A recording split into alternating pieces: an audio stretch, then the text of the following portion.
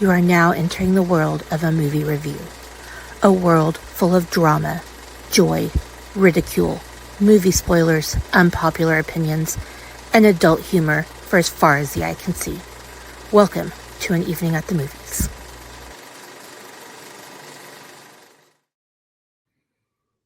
Welcome to An Evening at the Movies. Hi, everybody.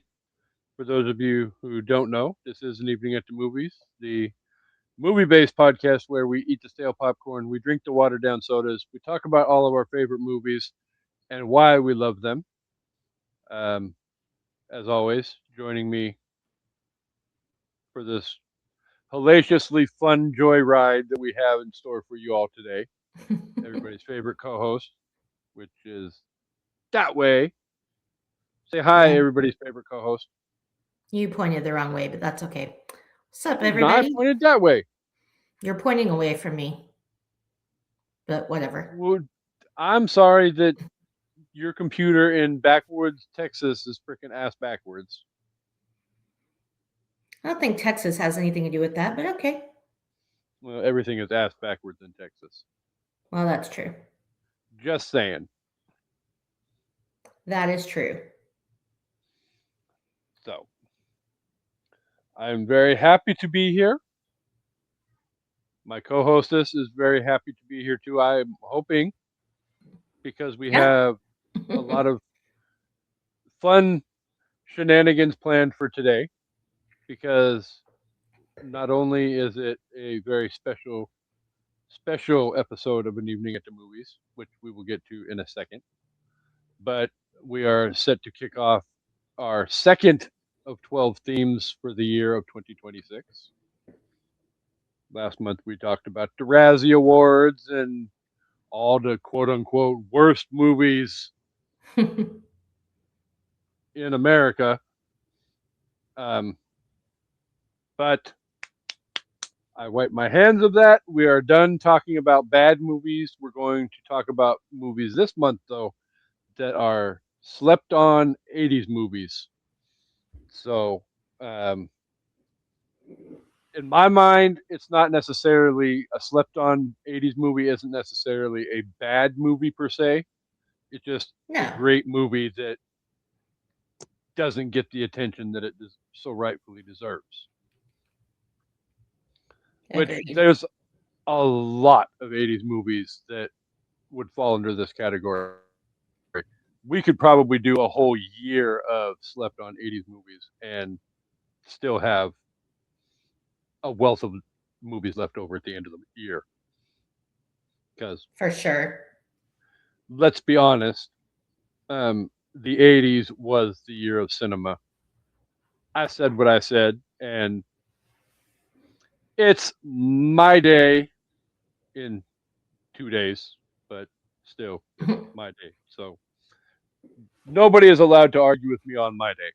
So I win. So, Alrighty. um, but yet, like I said, though, I mean, if you can't tell from the display name underneath my beautiful, smiling, gray bearded face, it is the last episode of my 48th year on this planet. So Woo! um, I feel like there's something, well, there's actually two things that need to happen at this point. Um, one of which is I'm going to play something that I have not been allowed to watch so that everybody can enjoy it with me. The other one, I feel like my co host should know what it is. And does she want to do it before I play the video or after I play the video? I have no idea what you're talking about. You do too. I do not. You do. Because you're going to get us kicked off of YouTube. Oh, you're wanting me to sing? Yes. I'll do it after. Okay. I'll think about it.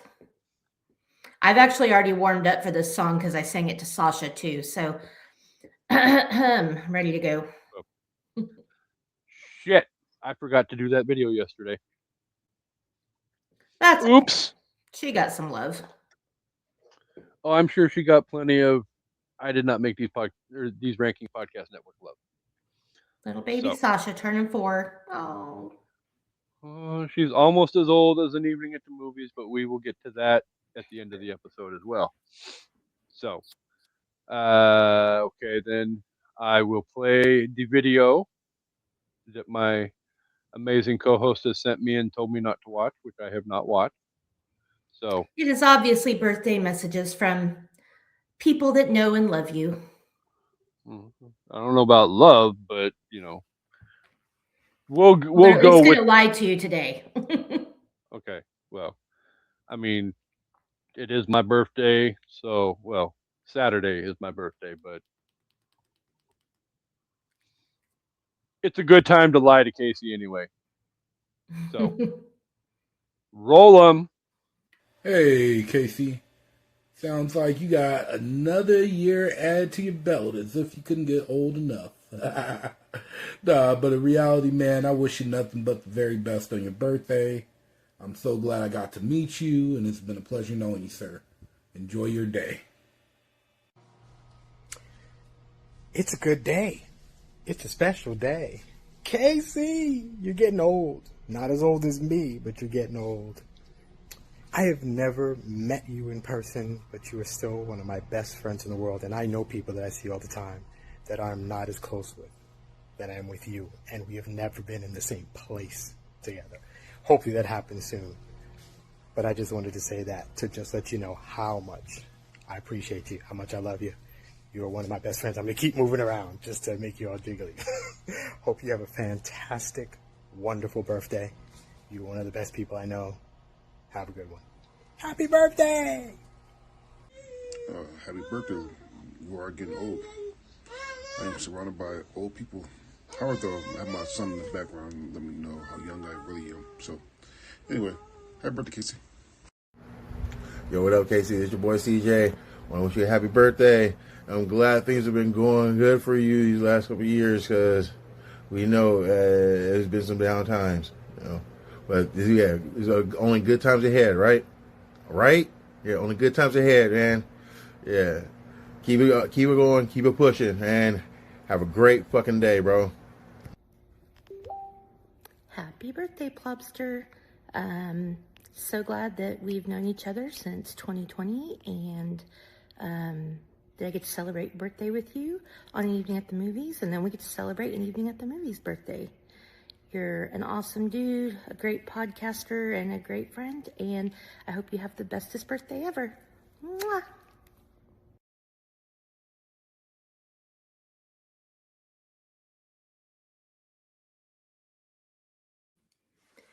Oh, And hold on, one more that I couldn't get to the video. Happy okay. birthday to you. Happy birthday to you. Happy birthday, KCB. Happy birthday to you. Happy birthday, buddy. I hope it's a great one. That was from G. Obviously, it sounds like G. Obviously. I Now, appreciate all of the birthday wishes from everybody, and I'll save the thank yous for after Amanda's now. well, it's okay.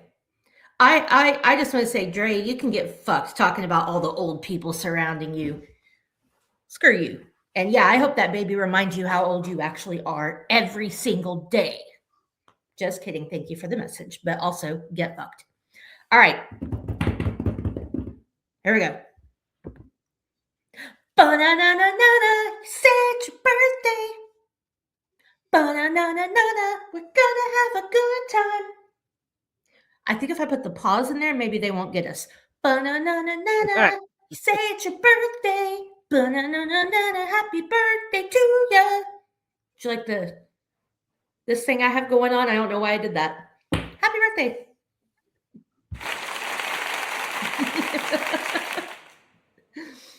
I was like, if I pause for dramatic effect, maybe YouTube won't catch on. Well, I in no way sound like the Beatles. I think we're fine as long as we don't play the music. it's. I was gonna say it's not the first time that you've sang that on any of the podcasts, Very and true. we only got flagged the one time, so And that time I played the music. So I played the True. song. So I wish I was more had enough of attention span to know what the damn copyright laws were, so I knew what we could and couldn't do.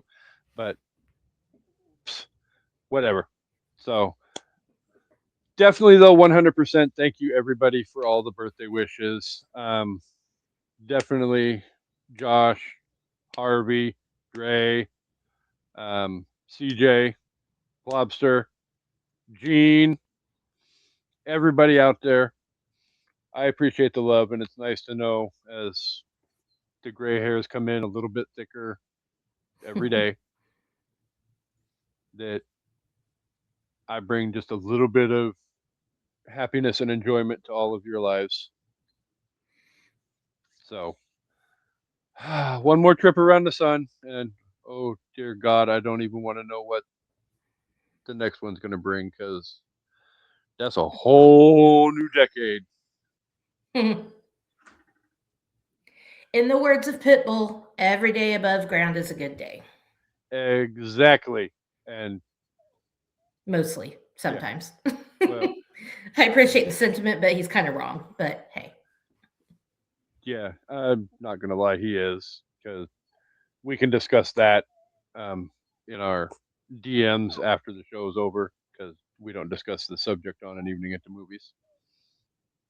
So you know what subject I'm referring to. Mm-hmm. So, um, but yes, so back to the fact that we are doing the year of the theme on an evening at the movies. Like I said, we did Razzies last month. This month we're doing um, slept on 80s movies.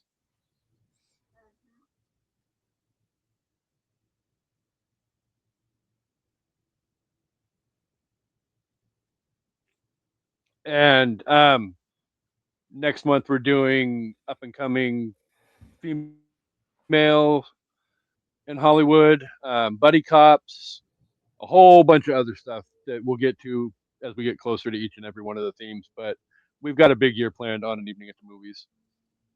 But we cannot get to that without wrapping up year number 4 on an evening at the movies. And that is what we are here to do tonight.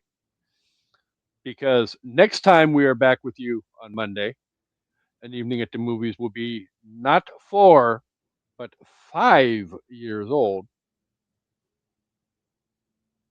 So, considering the amount of independent podcasts that don't make it a year, an evening at the movies making it 5 years is a huge pat on the back. I've been sticking around. So, there's definitely a lot better, in my opinion, anyway. Not saying that we're not great, but there's better podcasts out there that haven't even made it 5 years. So, you know, hats off to an evening at the movies, but we'll get into that next week. I will say this though, if sometime during this episode, um, something arrives at my door, you may have to ad lib for a minute Oh, so okay. that I can go and get it. If you know what I'm talking about, Mm-hmm. that would. Otherwise, I'll save it and we'll do it on Monday. So, all right, are we ready to get into this week's movie? Yeah. Now that I've rambled long enough. So, all right, this week we are here to discuss the movie Secret Admirer, which released on June 14th, 1985. And I am not going to lie, I'm not spoiling anything I want to say later in this episode. But if you did not know what year this movie released before you watched it, watching this movie, you know when it fucking released. Well, not what year specifically, but you know it's the 80s. Come on. I will technically, I gave Brandy that option, and she guessed from watching it and not looking it up. that it was a 1985 movie. Okay, but I mean, this could have been anywhere from 84 to 86, in my opinion. So, Oh yeah, it's definitely a smack dab in the middle of the 80s movie. So, for those of you I who mean, you don't can, know, okay, go ahead. oh, sorry, I was going to say, you can tell that it's post Outsiders, Oh see God. Thomas Howell, but that's really about it. I mean, that dude has looked young for such a long time that it was kind of hard to tell, but you could definitely tell this was like post Outsiders. But other than that, Oh yeah. yeah, it's definitely post Outsiders and pre Soul Man. If you grew Oh, up at the same God. time we did, you will understand the reference. So, moving along though, whether she knows it or not, this movie was directed by Amanda's long lost uncle, David Greenwalt. No relation, unfortunately, although I do have a cousin named David Greenwalt. I wish I was related to this guy. He went on to create Buffy the Vampire Slayer Yeah, or help. So, but yeah, I think he was one of the three, along with uh, some other girl and Joss Whedon. So, Joss, yeah. For people that don't know, my maiden name is Greenwald. So, but that was always a reason for me to watch this movie, just to see my last name on a movie screen, because hey, it's not a common last name. It's more nor common is than you. Kohlhofer, but Well, yeah, but I was gonna say neither is your married last name, but yeah. I went from uh, a mostly German name to an even more complicated German name. What are you gonna do? um, again, no comment. Let's see. This movie was released by Orion Pictures. It had a $7 million budget, and it made a whopping, whopping $8.6 million.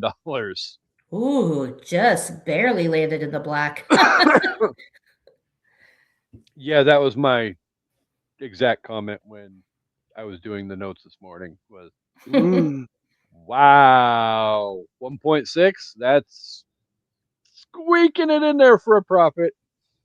But it was played regularly on cable TV because that's how I saw it and fell in love with it as a kid. So they Well, got their residual checks. very true. Um, if you have not seen this movie, and judging by the number of reviews it got on that stupid website, I'm guessing many of you have not seen this movie. Hence it being a slept on 80s movie. Well, yeah, uh, it is available to watch on the Prime slash MGM Plus. Oh, okay. I believe that one, or on her computer screen There you anyway, go. that one. Watched it on the Tubi this week. Yes. So if you do it that way, you'll have to suffer through the ads at But it's the most, free. but it's free, yes. Yeah. But the So ads will pop up at the most inopportune moments. they really will. I messaged Casey earlier, and if you know, you know, and if you don't, I'm not going to explain it. But my comment was, Tubi has even worse timing for ads than AMC does. If you ever watch AMC Fear Fest and you've seen when they cut to commercials during these horror movies, you would know what I'm talking about, specifically Halloween. So anyway, Exactly. Tubi has even worse timing. But that's okay. I enjoy Tubi. There's lots of good fun to be had over there. And it's free. And it tends to have some of the off the wall stuff that other streaming services don't have per se. And I So don't see those stupid Christy Gnome ads on Tubi, which I appreciate because some of the other streaming services have those in it. Oh, sorry, we're not supposed to talk about that. Anyway, just saying. Any day I well, don't see Christy Gnome in my face talking about immigration is a good day.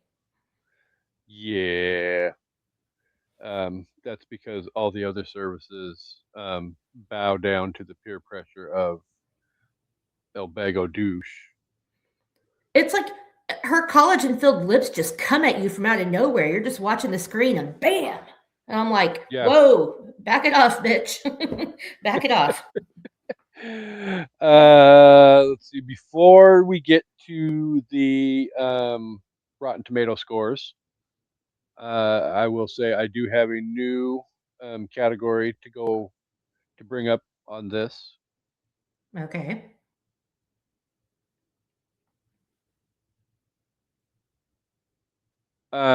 This movie, the musical score is composed by one Mr. Jan Hammer. For those of you who did not grow up in the 80s and fully understand and can I know. appreciate that name, I know. I had to. Amanda, why is Jan Hammer a significant name in the music industry? I really wish I could sing this song, but now that I'm on the spot, it's completely lost on me. But he did the soundtrack to Miami Vice. Quintessential 80s. You know it as soon as you hear it, even though Yeah, I can't reiterate it right now or repeat it, whatever word, yeah, it there's absolutely no questioning. You hear the first note of that song and you know Miami Vice. Yeah. So, uh,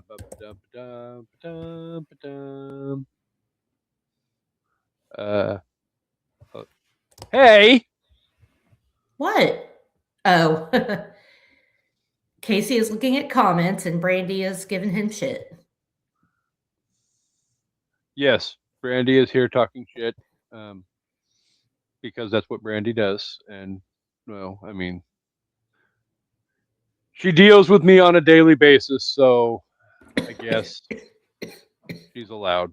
Um, but anyway, I have not one but two Rotten Tomato scores.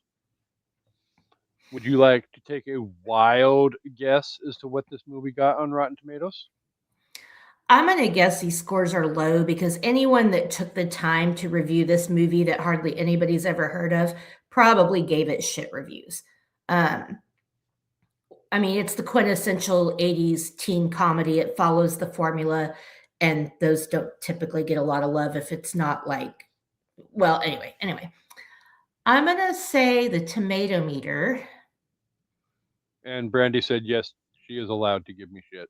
Of course she is. She's known you the longest.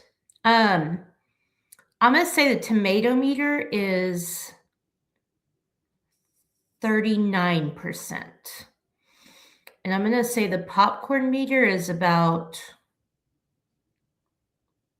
46%. Sure, that's So what we'll go with. one, you are very close on. One, you're not even in the fucking ballpark. All right. You're so far out of the ballpark. You're the New England Patriots on Sunday. Uh-huh. We'll see. We'll see. Does the shit talking begin? Um, We'll so see. on 2,500 plus reviews, the popcorn meter gave this movie a whopping 65%. Ooh, yay! That makes me happy. I'm glad to be wrong about that. On 12, not 11, 12, no ballpark number, it 12 critic reviews.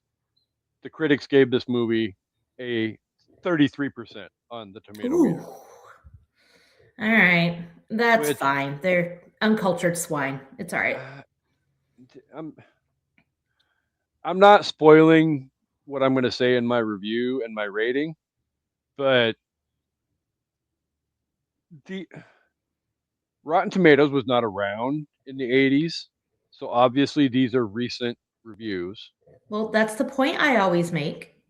This is this movie is a quintessential 80s. I mean, it's typical. I mean, it follows the 80s movie formula from opening credits to the payoff at the end of the movie. Right.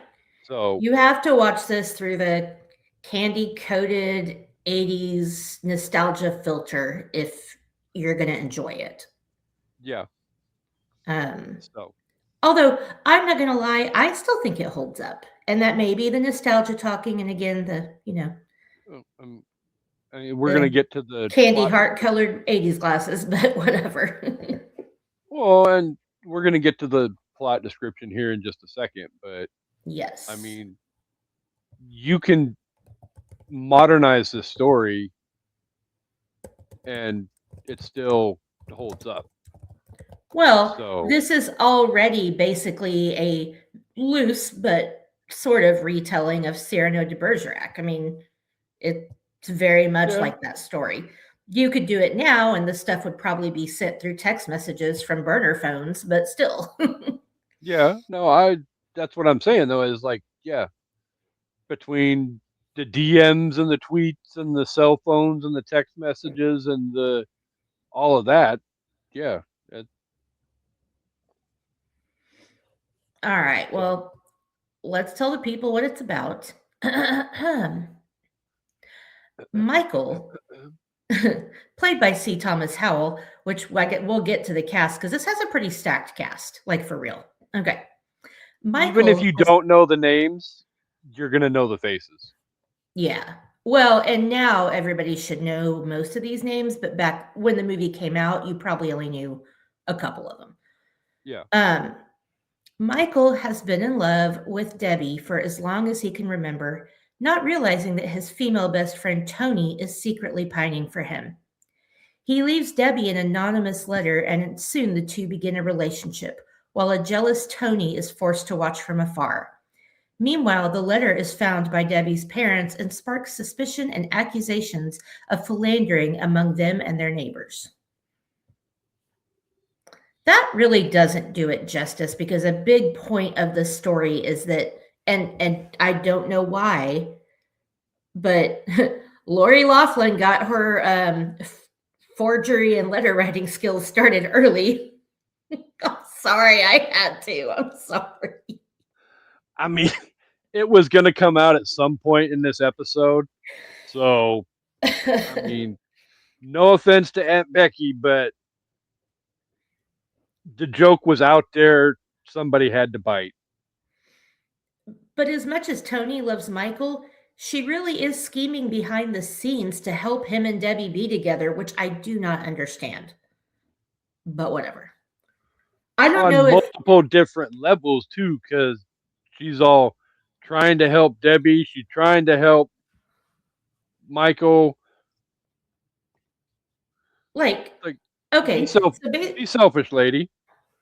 basically, this is what happens for the people that don't know. Spoiler, it's going to spoil it. It doesn't matter. Um, Tony writes Michael a letter and leaves it in his locker on the last day of school. He doesn't know who it's from, and pretty soon he even forgets about that letter, which really bothers me about this movie. But he decides he wants to write Debbie a letter and have Tony give it to her. And if she brushes it off, then Debbie won't know who it's from. Nobody gets hurt. Tony opens the letter, reads it, decides it's terrible because it is, rewrites the letter, and gives it to Debbie. And of course, Debbie falls in love with Michael based on Tony's letter writing skills. Bitch, all you had to do was give her that greeting card copied letter, and Michael's all yours. I don't understand why she's trying to help them be together when she's in love with Michael. That never made sense to me. Yeah, You give him that first letter, and this whole problem goes away. there's definitely some stupid ass teenagers in this movie, and I mean, I think she just wants to help Michael because she wants him to be happy because she's desperately in love and is a doormat. yeah, I mean Michael, not the sharpest crayon in the box. Tony would go on to go to jail for forging letters to get her child into college. Um, Debbie, oh God, she's high Oh maintenance God, dumb. she is a Roger, lot. oh my God, Roger needs Barney Stinson bro If code Rod education. If Roger got a glow up though, he could have been kind of cute. I'm not gonna lie. I thought Roger was kind of adorable. He just needed some Yeah, help. but as far as maturity wise, though, there's no maturity growth for that character from point A to point B. Okay, but they're all like 16, 17. Are you telling me you never lied about how far you went with a girl to impress your friends? Never. Okay, well, that would make you in the minority, I think. And if you believe that, I have a bridge in Santa Clara to sell Exactly, you. exactly. Hell, I've lied about how far I've been with a guy to impress my friends, so it can go both ways. But finding out that Roger told everybody he had sex with Tony didn't surprise me. Tony's revenge, however, was one of my favorite scenes of the movie.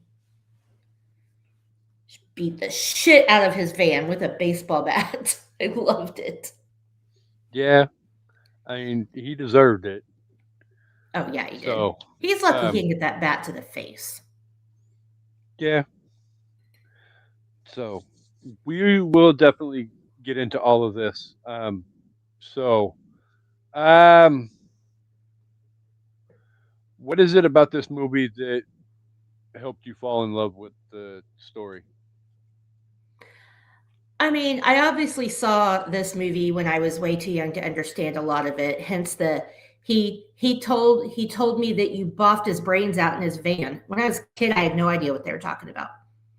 Didn't distract from the enjoyment I got from her beating the shit out of his car, but so watching it again as an adult, it's like, stuff makes more sense. But I think as a young kid, this movie just made me want to fall in love. Like, and I am going to give credit to um it's not the score, so it's not yawn, but it's like the love theme for the song, which was done by somebody else. Yeah.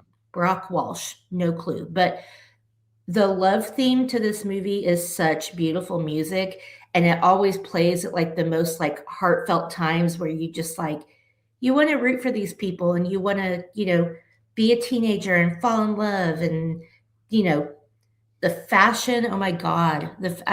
Say what you want about Debbie, she was so fucking well dressed. Um, and Tony, Yeah. that outfit she wore to that frat party, like 100% zero notes, amazing outfit. So this movie was very fashion forward when it came to Debbie. Although the way she talks about shopping, her parents don't seem that rich. Now, granted, stuff in the 80s, Debbie? Her mom's a yeah, college professor and dad's a cop. what I was gonna say, yeah. It doesn't How even is look she like she's like a spending all this money? university teacher. It looks like she's a community college teacher or junior college Right, teacher. right. And her dad is a mid-level lieutenant detective in the local police department. They're And it's not. LA. Like, come on. Yeah, But it's the 80s. Suspension of disbelief is automatically expected. Um, I don't know. I just this movie was so fun. I've seen it a million times. I've mentioned this before. It's one of the movies my brother and I would just watch over and over and over because it had the slapstick comedy. It had, the misdirection and the miscommunication that made it, funny, but it still had like the heart, of people trying to fall in love. And I don't know. It's a really fun movie for me, and I still think it holds up. But you tell me uh, because you only recently saw this for the first time, right? yeah. This is the Okay. one movie out of our whole schedule for the month that I have only seen a small handful of times, and most of those, well, all of those, were recently in the recent past as I was prepping for this episode. For But people that don't know, I've been begging for this movie to go on the schedule for a while. So when we got to pick our slept on 80s movies, this was my first choice. yeah, we she went back and forth trying to figure out how to get a different movie on the schedule. And lo and behold, that movie isn't coming up this month on That Evening at the Movies. It will be coming to you later on down the road. It's My Best Friend's a Vampire. Go ahead and watch it so you've seen it. Okay. Yes. But yeah, this movie was never even an inkling of a thought in the front of her head as to possibly be getting dropped for My No. Best Friend's a Vampire. No. I mean, she dropped Ruthless People 17 times while she was going back and forth over it. And I'm Well, not and judging for Outrageous that. Fortune was in there too, so it's Like I said at the beginning, you too many good literally could ones. do 52 weeks straight of slept on 80s movies and still have extras left over at the end of the year. But anyway. So, but yeah. So yeah, like I was saying though, I've only seen it a couple of times, but nothing that Amanda said about this movie is wrong. I mean, this movie also is, I don't necessarily know where it comes in the order of the grand scheme of things, but it's one of the movies semi responsible for giving us the late, great Corey Haim. Mm-hmm. And the late, great So Kelly Preston. I was going to get to Kelly Preston before we wrapped up this discussion. Trust me. I figured. Well, I know, but yeah. We weren't getting out of this discussion without a discussion. And she shows her boobs. That had to have made you happy.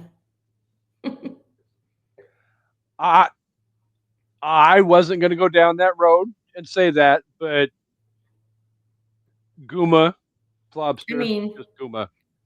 it's an 80s rom-com. There's got to be some boobs. Although Well, now it's kind of like, do we want to talk about that? Because she died of breast cancer. Maybe we should be respectful. But hey, they were nice boobs. So C. yeah, they Thomas were. Howell was lucky to get to sit in front of them. Yeah. Yeah, not going to lie. But yeah, well, and on top of it, you know what my top 5 list is for Well, here in right. a couple minutes. So we definitely were not getting out of this without some reference to Kelly Preston. So, but yeah, the cast in this movie is okay. Stacked. Just to solidify my point even more, C. Thomas Howell, who everybody has seen in a wealth of things. Although he's ruined for me now. In fact, it was hard to watch this movie again. Criminal Minds, if you know, you know, he is ruined for Yeah, me.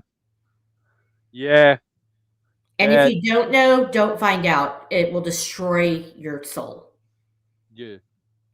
Probably top 5, one of the most awful episodes of TV I've ever watched. So, yeah. he played that part. He really did. But anyway, okay. Talk about method. Continue. But yeah, Lori Loughlin, Kelly Preston. I'm not even going to try and pronounce his last name, but Charlie Hogan from Stand By Me. Mm-hmm. Dee Wallace Stone, fresh Dee off Wallace. of her, well, freshly premature to her guest appearance on The Overlook, a Stephen King podcast with Tim Arnold and David Dewey Evans. You know, Michael's dad is the dad from Flight of the Navigator. Yeah.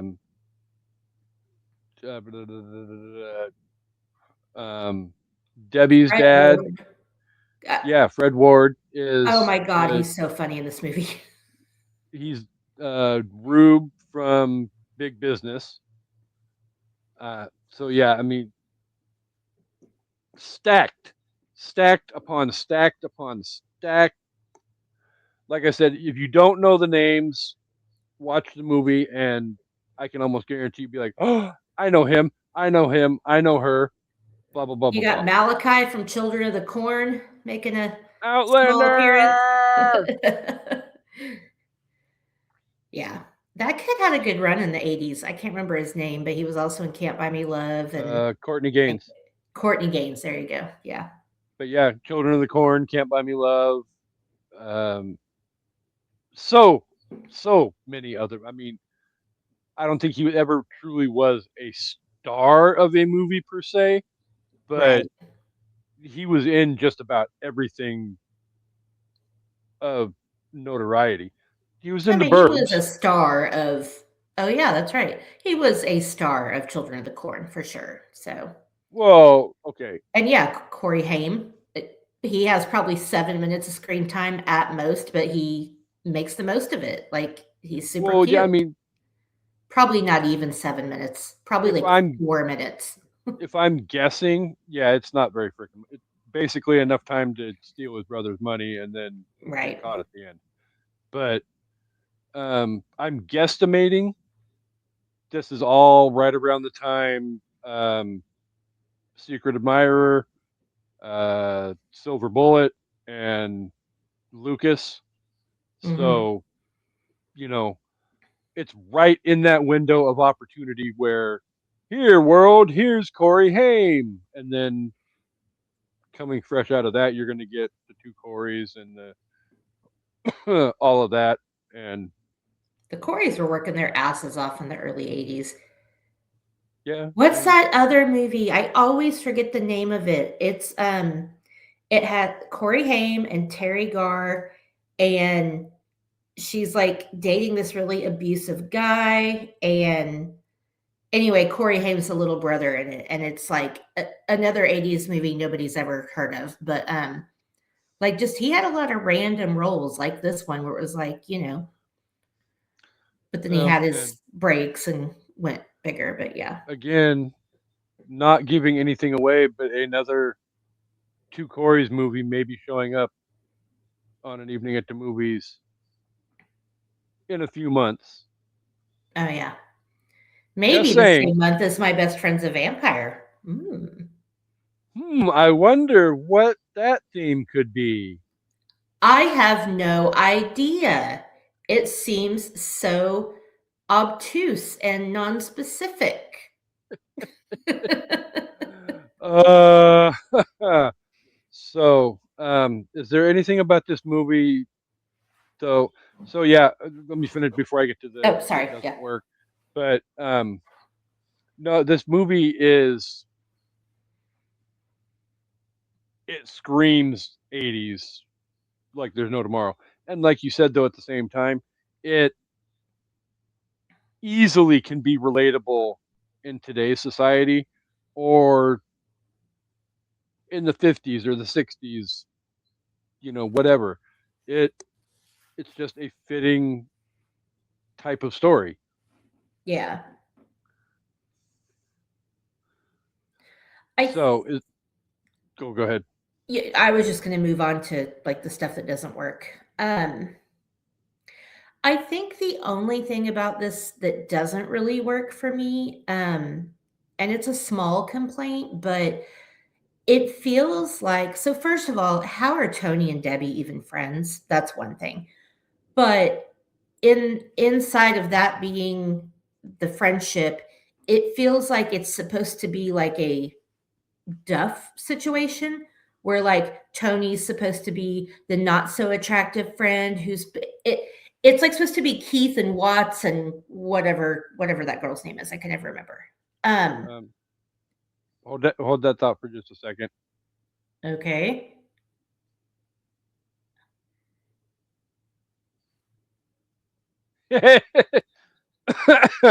I didn't see the comment pop up, so I had to put it up there. Well, read it for the people that aren't watching. Oh, Brandy said, Don't and I interrupt quote, me. "He sure talked about them boobs earlier today." Today, do you watch it again just for the boobs? Well, I mean, there's never a bad time to talk about Kelly Preston's boobs. Anyway, it felt like they were trying to make it a situation where Debbie is the hot chick and Tony's the not so hot chick that nobody really notices until they do. And the problem with that is Lori Loughlin is fucking beautiful. So it doesn't work.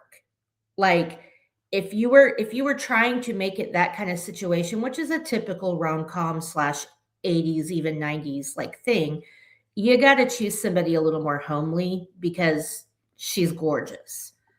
Um, Other than that, not that Kelly Preston isn't gorgeous, but it's not like there's nothing homely about Tony. She's beautiful. Okay. She has good fashion Ramble sense. as you will. Something just arrived. Oh, okay. Casey's very excited for his birthday present from me. Um, anyway, yeah. So if you're gonna try to play off the best friend as the goofy or lovable but not cute best friend, you should have picked a less attractive actress. I don't know. Anyway, um, I also don't know how we were supposed to believe that Steve was 20. That guy's at least 25. Dude is not that young. But also in the 80s, high school girls could date college guys and it wasn't frowned upon.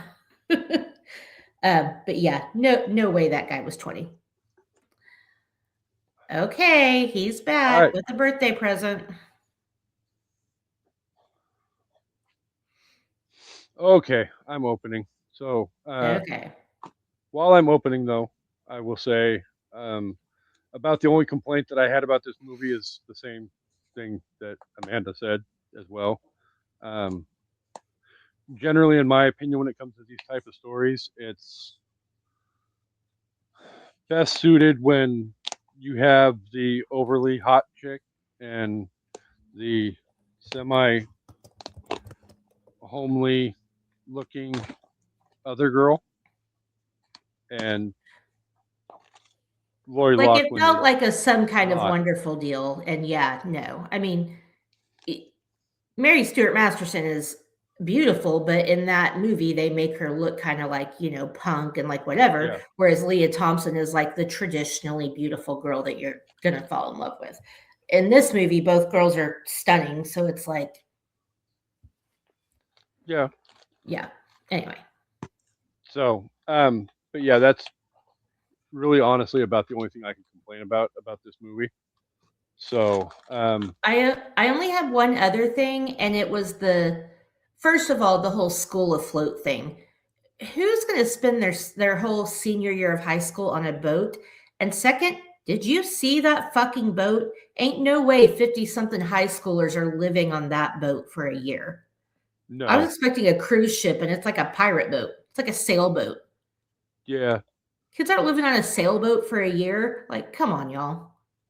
yeah, no, there ain't no way in hell. So, yeah, obviously you have to suspend the disbelief. So, happy birthday, Plobster, from Amanda. And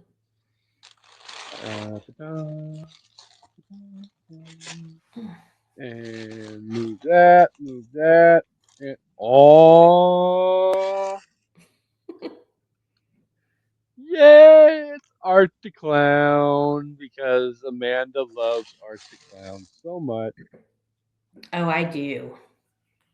Oh, no, wait. That's you. Well, I mean, you did say you would come on for that episode, but you just won't have anything nice to say at all. Well, I will be there, but I'm not watching the movie again. Pretty much. Doesn't mean I won't be there. So, All right. Well, happy birthday. Yeah, hope you like it. It's not much, but it was a little no, something. I A little something, absolutely something. positively love it. Um, so back to the only other question that I have before we get to the top fives and the reviews. Um, it was brought up at the end of the movie, and Michael is given an award as being the asshole of the year. In your opinion, is Michael the asshole of the year? No, I think what he said to Tony was very heartfelt, and he believed it at the time and felt it. His timing was very poor. Obviously, Tony was in her feelings. Her friends had basically just used her house for a fuck pad. You know, she's sitting there thinking that Debbie and Michael are fucking and she's in love with him. I I honestly couldn't believe that she was just gonna leave the next day without talking to him. Like, I didn't like that part Yeah. either. Because what he said, like, what really got to me about his little speech was that, he basically tells her, I had Debbie built up in my mind on this pedestal because she's so beautiful and unattainable. But I thought when I got to know her, it was going to be like hanging out with you, and it wasn't. And so he's realizing, okay, I would much rather spend time with Tony, who's my best friend, than with this girl who can only talk about herself and clothes and, has a really dirty mouth and whatever and makes a scene everywhere she goes. Like, I mean, you don't want to root against Debbie, but you don't exactly want to root for her either, which I think they did a good job of towing that line. Blurring the line But what he, between one reality and the other. yeah, but what he said was really beautiful. He just picked a really shitty fucking time to say it to her. So that's my Yeah. opinion. I don't think he's an asshole. I think he's just a dude in high school with bad timing. Well, I mean, like you said earlier, he's what, 16, 17 years old. Yeah, I mean, he's turning 17 at that party. So, yeah, it's like you can't be expected to know all the perfect ways to act and behave. You have to grow up and make mistakes and learn and grow as a human. So, I Like, I mean, don't think Tony was wrong for reacting the way she did in that moment. I did think she was wrong for not clearing things up with him before she went on a boat for a year. Like, but I get it. Her heart was broken. It's tough. but did she go on that boat for a year? Obviously, she didn't because, oh my God, Michael realizes that she wrote all the letters. Oh, God. And then you have your overboard moment at the end. So, real quick though, that I don't want to like get fully into it because we're already pushing an hour, but the other whole part of the movie that we are missing is, and I could see how some people were like, oh, this is distracting, but it's the whole parents being involved because the letters fall into the wrong hands by accident and chaos fucking ensues between Michael's parents and Debbie's parents. And it's I don't know, I really appreciated, like, the slapstick of it and, like, the, you know, kinda Yeah. how the misunderstandings now, in real life, Debbie's mom and Michael's dad did kiss. They did go to a makeout spot together and kiss again, and nothing else happened, but Until they it realized that they were parked next to they're kids. each other's son and daughter. But also Connie and Lou kiss too, so I guess maybe it all cancels each other out, but it is a side plot of the movie, but it was pretty funny, especially the whole bridge card scene, and Lou's trying to drown the whatever his name is in the fish tank, and poor Connie when the stuff gets spilled on her. Her reaction is priceless. She's just like, "Nah." Like it was so funny. So side story of it, but I thought it was kind of funny, and I like that they appealed for the adults too, not just the kids. Um, Yeah. so yeah. But then everybody So, realizes, and then yeah, Michael gets his hands on both letters because Debbie's like, "Where's the guy who wrote me these letters?" And he's like, "I didn't write these." And then ding, ding, yeah. ding, he finally remembers he has a love letter of his own. That was the other thing I didn't like. I get he's obsessed with Debbie, but you're just going to forget that a girl wrote you the most beautiful thing you'd ever read. You even said so. Like, anyway, Yeah. I but it don't all even works think I out. would forget, but She jumps off the boat. She gets off the plane, whatever. They live happily ever after, at least through their senior year of high school, I suspect.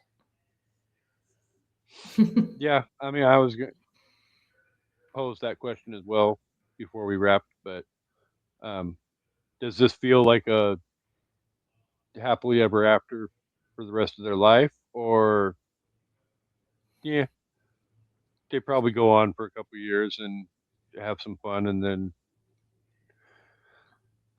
move on like Robin and Ted? I wish we knew how long they had been friends, and that will come up in my top 5. But because I think that lends weight to how their relationship would work out.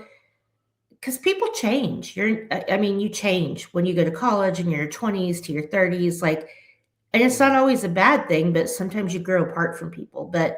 whatever, it's an 80s rom com. I love this movie. So I'm going to think they got married and had kids that went to college without any kind of deception or forgery. um, all right. So, do you have a top 5 list that you would like to share with our unpopped kernels? I do. Um, so I picked my top 5 friends to lovers couples from movies. Um, so honorable mentions, I already kind of brought up Watson Keith from Some Kind of Wonderful. Um, Monty and Courtney from With Honors, a slept on 90s movie. Yeah. Jamie and Chris from Just Friends, and Zach and Mary from Zach and Mary Make a Porno. Okay. My number 5 is Quincy and Monica from Love and Basketball. You know, that's one like childhood friends to college lovers and You, get married and you're all that. you're gonna get Harvey's vote for that one. I know. Number 4 is another one that is one where you know how long they've been friends, so it affects how you see the outcome. Jenna and Maddie from 13 going on 30. They've been best friends since they were little kids. So it's like, Yeah. you know, it's easier to believe that they could fall in love and be together forever. Number 3 is Tony and Michael from Secret Admirer. I like to think they stayed together and blah, blah, blah. Number 2, Harry and Sally from When Harry Met Sally. Took them a long time, but they got there. When you realize you want to spend the rest of your life with someone, you want the rest of your life to start as soon as possible. One of the best movie quotes ever. You're really sucking up to Harvey this episode, aren't you? Whatever. And then my number 1, Robbie and Julia from Wedding Singer. Just one of the cutest of all Because time. he wants to grow old with her. Their friendship was short lived and became a love story quickly, but still, gotta love that movie. So, Yeah, that's definitely a movie couple that will go on for decades and decades and decades. yes, live forever in my heart. Um, I went with my top 5 favorite Kelly Preston roles. Very nice. So I only have 6. I have one honorable mention and then my top 5. All But right. my honorable mention, please don't shoot me. It's not anything against the movie. It's the fact that it's my least watched of the 5 that made my top 5. Okay. But my honorable mention is Deborah from Secret Admirer. Oh, okay. That's fair. Um, number 5 is going to be from a movie that I do not believe my Plobster has seen yet, but should see if we can find it somewhere. Tish from Space Camp. No, I haven't seen that. This year, more than any, it is definitely prevalent to see because had the events of, I believe, last week not happened in 1986, this movie probably would have gotten a Mhm. bigger box office than what it did. But Space Camp literally came out just months after the Challenger exploded. Oh, okay. And it's a whole long, complicated issue, but yeah.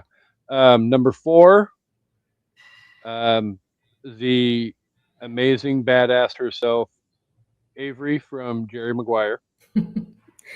Don't ever stop fucking me.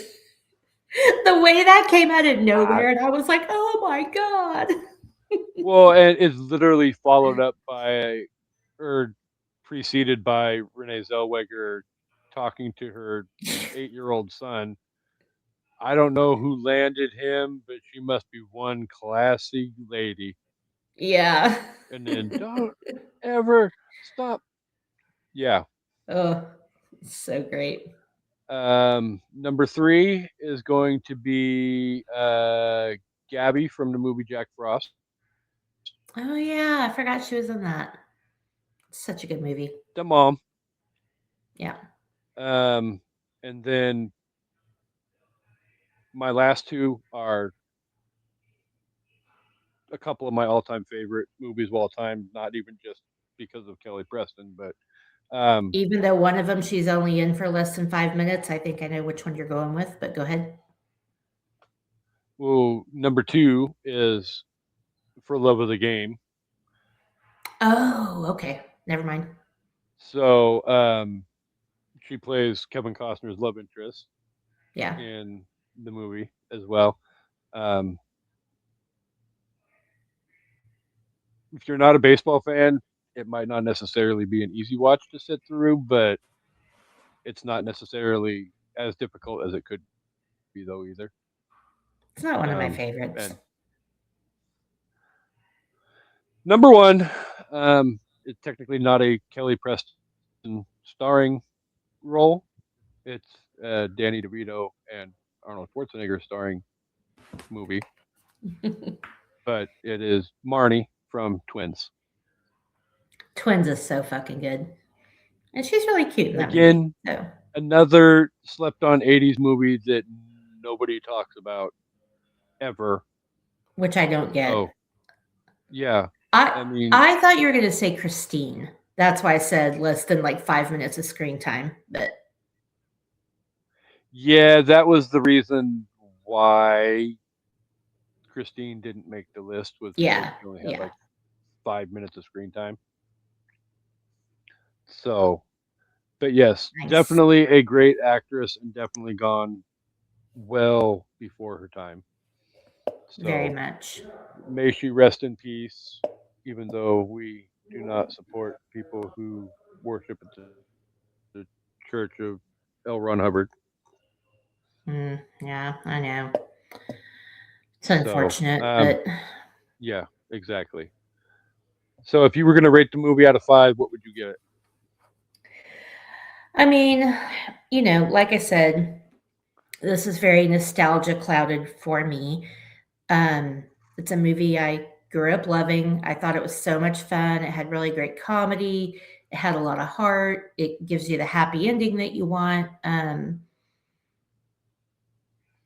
I don't know. I just, I really, really enjoy it, and I don't care what anybody says.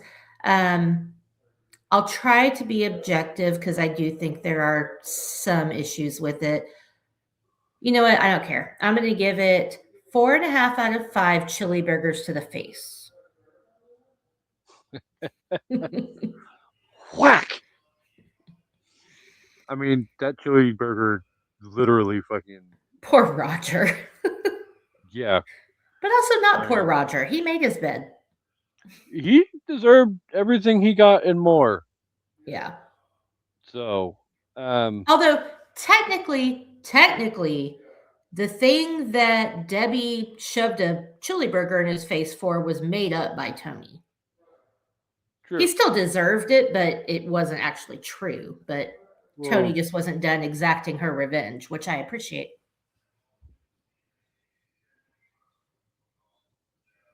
How about eh. you? What would you rate this movie? What? Um, so yeah, I mean, like you said, there's issues throughout this movie from start to finish. Um, I don't know about that.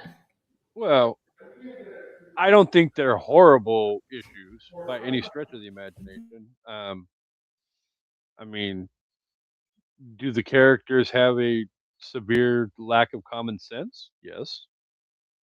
Sometimes. 65, 70% of the time. Um, is it cheesy AF? It's Of an course. 80s it's an 80s teen rom-com. I mean, what do you expect from an 80s Duh. rom-com? Exactly. If you go into this movie not having ever seen it before and you don't expect perfection, it can be a very entertaining movie to watch. Um, but like I said, it's not perfect by any stretch of the imagination, but it's still a great movie. I'm going to give it um, 4 horny, confused parents out of 5. Nice. I will say, Dre watched this movie for the first time recently and he enjoyed it. I want to say it got like a 6.5 out of 10 on his ranking system, but he didn't hate it, which is, if you know Dre, says a lot about him for 80s movies. So, Yeah, and yeah, Dre doesn't. He can be a harsh critic, especially when it comes to all things 80s. yes. So, not anything against Dre. We love you, Dre. Um, Well, and especially when, so and again, I totally understand this, not a single black person in this film. So,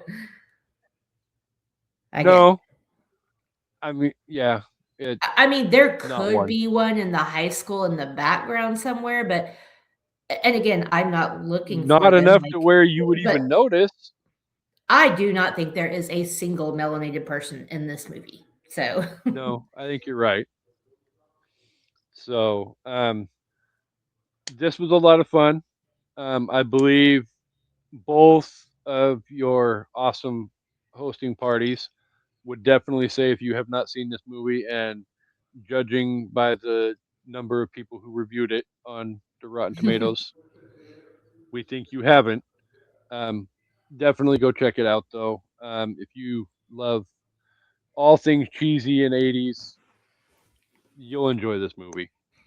It's fun. and if you've only seen C. Thomas Howell on Criminal Minds, it might redeem him for you. I can only hope, honestly, that He's not just a serial killer, my friends. He can also play a romantic lead if you let him. Not serial yeah, I killing mean, people, by the way. the guy definitely has a range of characters. He's not just been pigeonholed into one specific type of character. Yeah, I mean, watch The Hitcher. That movie is so good and so terrifying, and he is really good in that. Yeah, Uh, That movie has a kill scene that this would be an interesting like top 5 deaths that you don't even see and know they're brutal, because Jennifer Jason Leigh's death in that movie, you don't even see it and you still want to like scream because you know what's happening yeah. to her. I can't even talk about it. Anyway. No, farkin bueno. So, Okay, sorry. obviously, we cannot end our kickoff to Slept on 80s Movies Month without thanking our amazing unpopped kernels for being here each and every week for us. You guys are, as always, incredible.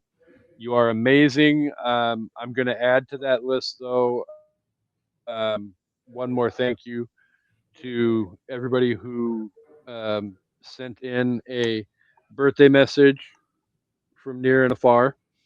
I love you guys all. You guys are awesome. You're helping make the transition deeper into my old age be a little bit more manageable. So, as I'm sitting here playing with the gray hairs in my beard, Haha, you're old. you're not very far behind me, lady. Oh, I know. And some troll on a Facebook post I commented on said I looked at least 50 the other day. So I'm dealing with that. No. because He's a goddamn liar, but whatever. if you're 50, that means I'm pushing almost 52. I don't So look a day over 47, ass face. exactly. So Exactly. but yeah, so coming up over the next 3 weeks, we've got 4 more episodes coming for you as well. Um, obviously, Monday we will be back with you to wish happy birthday, happy anniversary, whatever you want to call it, to an evening at the movies. And Brandy, you're an ass. She's not wrong. You are older, and you always will be. Yeah. And You and you're Harvey older. are older than me. I can always drink to that. Woo! Cheers, Yeah, but bitches. you live in the same house with somebody who's younger than you are. I know.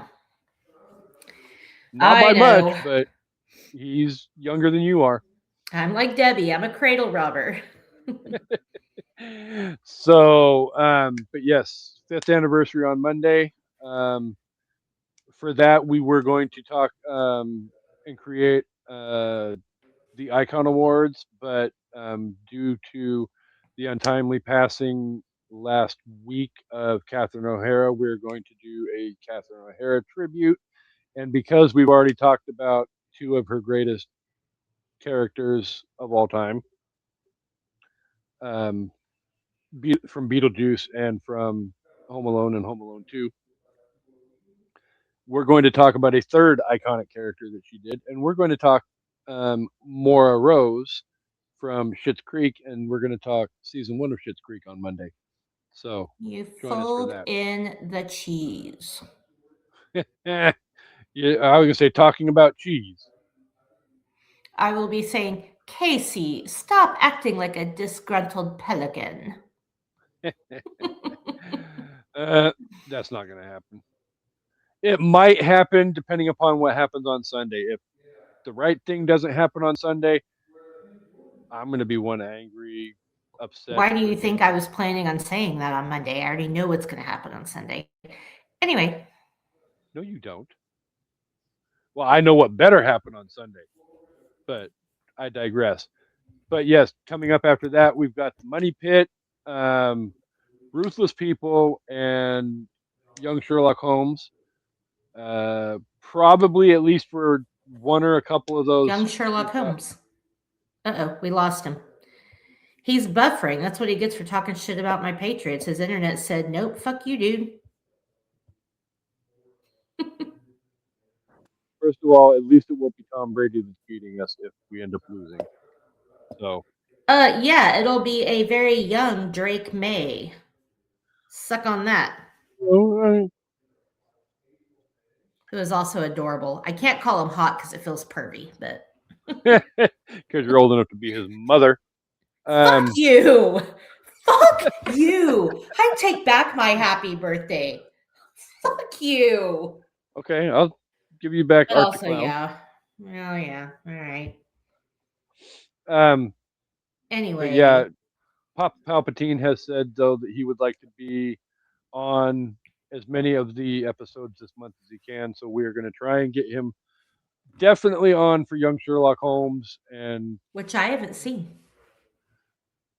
I am not going to let that honestly surprises me. And I am actually excited to hear what your thoughts are because I'm the excited to it watch it.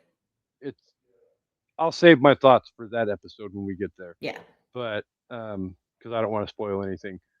But um, definitely lots of fun. And then, like I said earlier, we've got buddy cop movies coming up. We've got up and coming female actresses coming up. And then closer towards the summer or this summer, if you couldn't tell from the clues earlier, we will be doing vampire, not keyword, not Twilight movies. Yeah. So y'all got 2 Twilight movies out of me last week. You're not getting one again for a little while. So, but yeah, lots of fun. We have all kinds of greatness planned for you this year and the rest of the month. So, co-host, the All floor is yours. right.